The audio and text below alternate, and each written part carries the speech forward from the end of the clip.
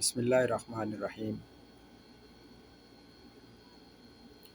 اس وقت جو موجودہ پاکستان کی سیاسی صورتحال ہے، میں اس کے اوپر آپ تمام لوگوں کے سامنے اپنی رائے رکھنا چاہتا ہوں، اور مجھے امید ہے کہ آپ مجھے اپنی آراء سے بھی ضرور آگاہ کریں گے۔ پچھلے 75 سال سے ہمارے ملک میں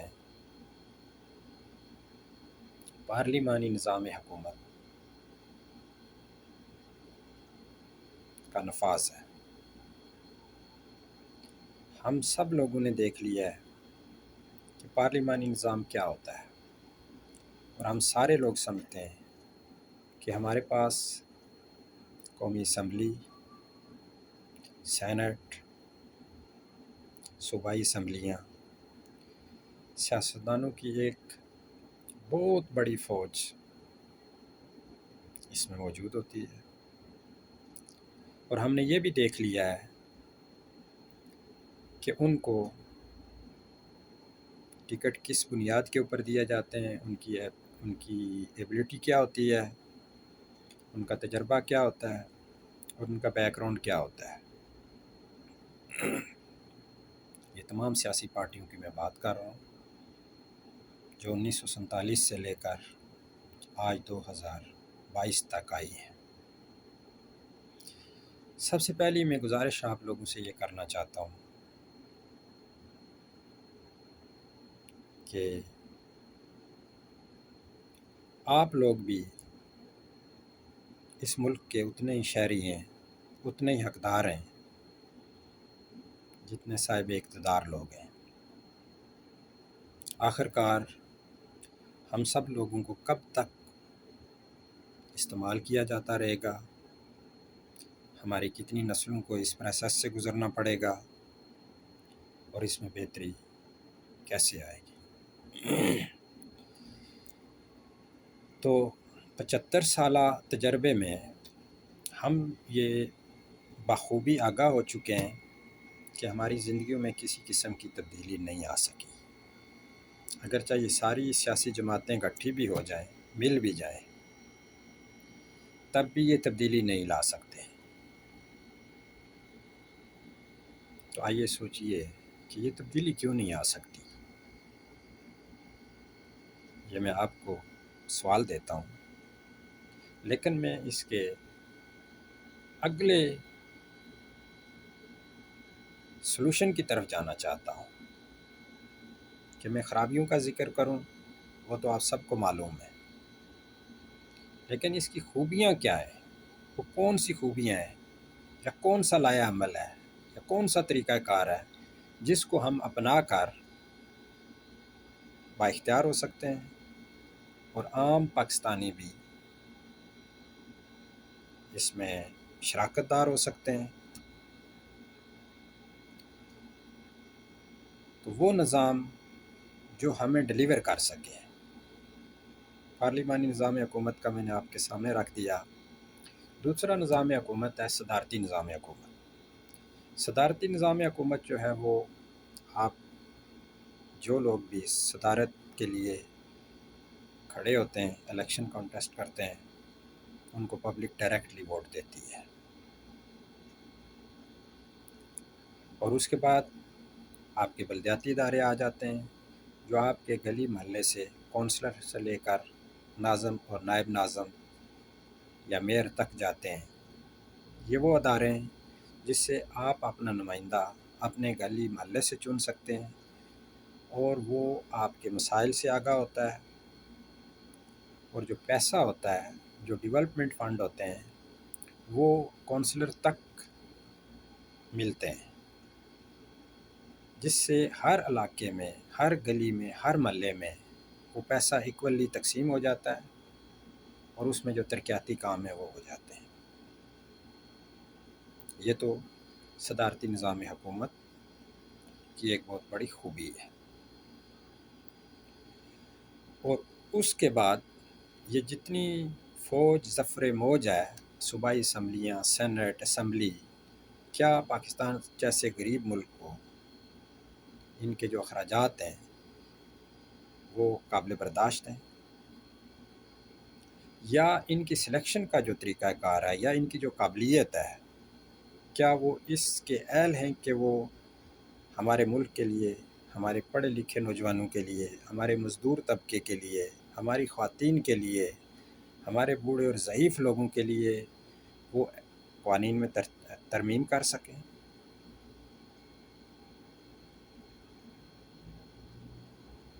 ان کے اندر یقیناً یہ صلاحیت موجود ہی نہیں ہوتی، اگر موجود ہوتی ہے تو ان کے سیاسی مفادات کی نظر ہو جاتی ہے۔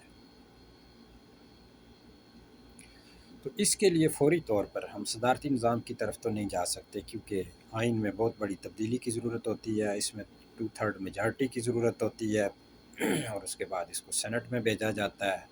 دونوں ہاؤس سے پاس ہونے کے بعد ملک جمہوری نظام سے صدارتی نظام کی طرف جا سکتا ہے۔ تو فوری طور پر اس کا سلوشن کیا ہے؟ کیونکہ ان میں سے کسی سیاسی پارٹی نے اس کے اوپر تو ایگری نہیں ہونا، نہ ان کی قیادت نے ہونا ہے۔ تو اس کے لیے موجودہ جو خلفشار ہے یہ ہمارے لیے باعث نعمت بھی ہے۔ بعض کا کئی ایسے مصائب اور مسائل آتے ہیں جس سے انسان کو کچھ اور راستے نکلتے ہیں نکلنے کے لیے، اور وہ امید کی کرن بھی ہوتی ہیں، اور وہ انسان کو آگے نکلنے کے لیے راستے بن رہے ہوتے ہیں۔ تو موجودہ جو نظام اس وقت جو صورتحال بنی ہوئی ہے، جس میں کوئی سیاسی قائد جو ہے دوسرے قائد کے ساتھ مل بیٹھنے کے لیے تیار نہیں ہے، کسی کی سوچ ایک دوسرے کے ساتھ میچ نہیں کرتی، کسی کا لائحہ عمل ایک دوسرے کے ساتھ میچ نہیں کرتا، کوئی الیکشن ماننے کے لیے تیار نہیں ہے۔ الیکشن ہو بھی جاتے ہیں اگر موجودہ صورتحال میں، تو جو پارٹی برسر اقتدار ہوگی وہ کہے گی ہم الیکشن جیت کے آئے ہیں، اور جو باہر ہوگی وہ کہے گی جی ریگنگ ہو گئی ہے، دھاندلی ہو گئی ہے، ہم اس کو نہیں مانتے۔ تو یہی دھرنے، یہی سارا کچھ رہے گا، اس میں کوئی بہتری یا تبدیلی آنے والی نہیں ہے۔ تو اس صورتحال میں اگر ایک ٹیکنوکریٹس کی حکومت قائم کر دی جائے، جو تمام سیاسی پارٹیوں میں سے جو اچھی کارکردگی کے انتہائی تجربہ کار اور امانت دار جو لوگ ہیں ان کو لے لیا جائے، تمام مذہبی جماعتوں سے لے لیا جائے ایسے ہی لوگوں کو، اسٹیبلشمنٹ سے اسی طرح کے لوگوں کو لے لیا جائے، اور پبلک عوام کے اندر سے ہمارے بے شمار ایسے تجربہ کار، باصلاحیت اور امانت دار لوگ موجود ہیں، ان کو لے لیا جائے۔ 3 سال یا 5 سال کے لیے ایک ٹیکنوکریٹس کے اوپر مشتمل ایک سیٹ اپ قائم کر دیا جائے، جو نظام کی بہتری کے لیے نہ صرف اپنی تجاویز دے بلکہ اس کو بہتر کر کے بھی دکھائے،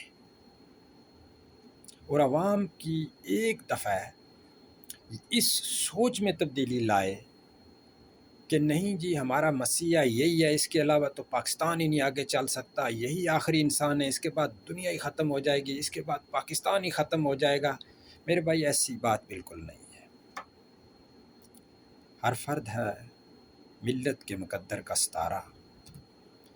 اگر یہ نظام چل رہا ہے تو آپ لوگوں کی وجہ سے چل رہا ہے، آپ لوگوں کی اچھائیوں کی وجہ سے چل رہا ہے، اور انشاءاللہ آپ کے اندر ایسے قائد اور ایسے قابل لوگ موجود ہیں کہ اگر وہ سامنے آئیں گے تو پاکستان کو ترقی کی اس منزل تک لے جائیں گے جس تک دنیا میں کبھی سوچا بھی نہیں ہوگا۔ تو یہ ٹیکنوکریٹس کی حکومت جو ہے یہ 3 سے 5 سال یا 6 سال کے عرصے کے لیے کام کرے، اور اس کے بعد الیکشن کمیشن ہمارے جو ادارے ہیں ان کے اسٹرکچر کو بہتر کرے، ہمارے نظام کو بہتر کرے، اور اس کے بعد ایک ڈیلیوری سسٹم آئے تاکہ ہم لوگوں میں یہ صلاحیت اور قابلیت پیدا ہو جائے کہ ہم جب اپنے امیدوار کو، اپنے کونسلر کو، اپنے جنرل کونسلر کو، اپنے ناظم اور نائب ناظم کو جب ہم منتخب کرنے لگیں تو ہمیں ان کے اندر وہ ان کی جو پروفائل ہے، جو سی وی ہے، وہ ہم ان کو دیکھ کر منتخب کریں۔ اسی طرح جو ہمارا صدر ہو، ہم اس کی وہ چیزیں کہ وہ ہمیں کیا ڈیلیور کر سکتا ہے اس نے ہمیں کیا چیز دی ہے کہ جس کے لیے ہم اس کو ووٹ دے رہے ہیں۔ تو انشاءاللہ العظیم یہ نظام یا سسٹم جو ہے یہ گلی محلے تک نہ صرف سیاسی قیادت پیدا کرے گا بلکہ اہل اور قابل لوگوں کو اس ملک کی خدمت کرنے کا موقع بھی دے گا،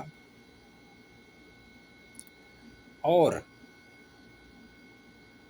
اس ملک کی ترقی اور تعمیر کی جو منازل ہیں ان میں تجاویز بھی دے گا۔ اور انشاءاللہ العظیم جب انسان یہ سوچ لیتا ہے کہ جی اس لیڈر کے بعد کوئی لیڈر نہیں آئے گا یا صرف یہی لیڈر ہے، تو دوستو میں آپ سے صرف اتنی گزارش کرتا ہوں کہ مجھے نہیں معلوم کہ قیامت تک کتنا عرصہ ہے، اور اس لیڈر نے تو شاید 5 سال رہنا ہے یا 3 سال رہنا ہے، واللہ عالم۔ تو پھر اس کے بعد کیا ہوگا؟ ذرا سوچئے۔ یہ پاکستان تو زندہ رہنے کے لیے، قائم رہنے کے لیے مرز وجود میں آیا ہے، تو پھر آپ ہوں گے اس ملک کی قیادت۔ تو اپنی سوچ کو وسیع رکھیں۔ پاکستان کے اندر قیادت موجود ہے، پاکستان کے اندر صلاحیت موجود ہے، اور پاکستان کا ساتھ دینے کے لیے کسی بھی افراتفری کا شکار نہ ہو۔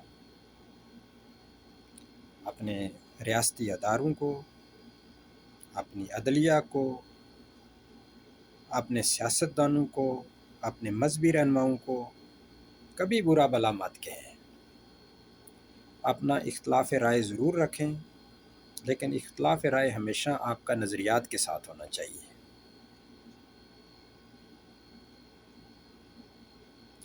ان کی پرفارمنس اور ڈیلیوری کے ساتھ ہونا چاہیے، لیکن آپ کا اختلاف غیر مہذب اور غیر شائستہ نہیں ہونا چاہیے، کیونکہ اس کی بڑی وجہ یہ ہے کہ ہم سب لوگ اس نبی رحمۃ اللہ علیہ مین صلی اللہ علیہ وسلم کی امت میں سے ہیں جنہوں نے اصلاح امت جو ہے اس کا پہلا قدم ہی خوش اخلاقی کے اوپر رکھا ہے، اس کے بعد سب کچھ ہوا ہے۔ امانت داری کے اوپر، دیانت داری کے اوپر،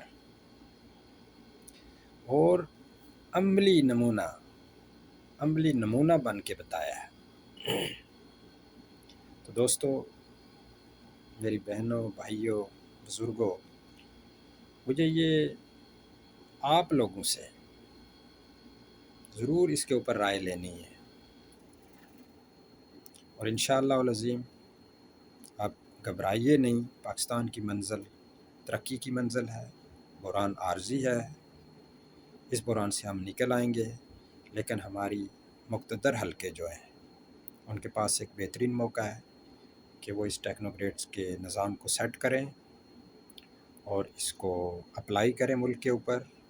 تمام سیاسی جماعتوں کو، جھگڑنے والے لوگوں کو سائڈ پہ کریں، اور اس کے بعد ایک اچھے نظام حکومت کے ساتھ جو آنا چاہے اس کو عوام ووٹ دیں، اور اگر وہ پرفارم نہ کر سکے یا اس کی چھوٹی موٹی کوتاہیاں اور کمیاں ہوں تو آنے والی اگلی حکومت اس کو کنٹینیو کر کے اس کے ان فالٹ کو دور کر سکے۔ اللہ تعالیٰ آپ سب کا اور ہمارا حامی و ناصر ہوگا۔ آپ لوگوں کی ویڈیو سننے کا، ٹائم دینے کا بہت بہت شکریہ۔ آپ سب لوگ اس ملک کے اتنے ہی حقدار ہیں جتنے تمام سیاسی پارٹیوں کے قائدین ہیں، اسٹیبلشمنٹ ہے، اور مجھے یقین ہے کہ اگر آپ اپنے حق کے لیے مثبت طریقہ کار سے چلیں گے تو انشاءاللہ آپ کو آپ کا حق ملے گا۔ آپ اقتدار میں بھی شراکت دار ہوں گے، آپ سیاست میں بھی ہوں گے، اور آپ ریاست میں بھی ہوں گے۔ اللہ تعالیٰ آپ سب کا اور ہم کا حامی و ناصر ہو۔ السلام علیکم۔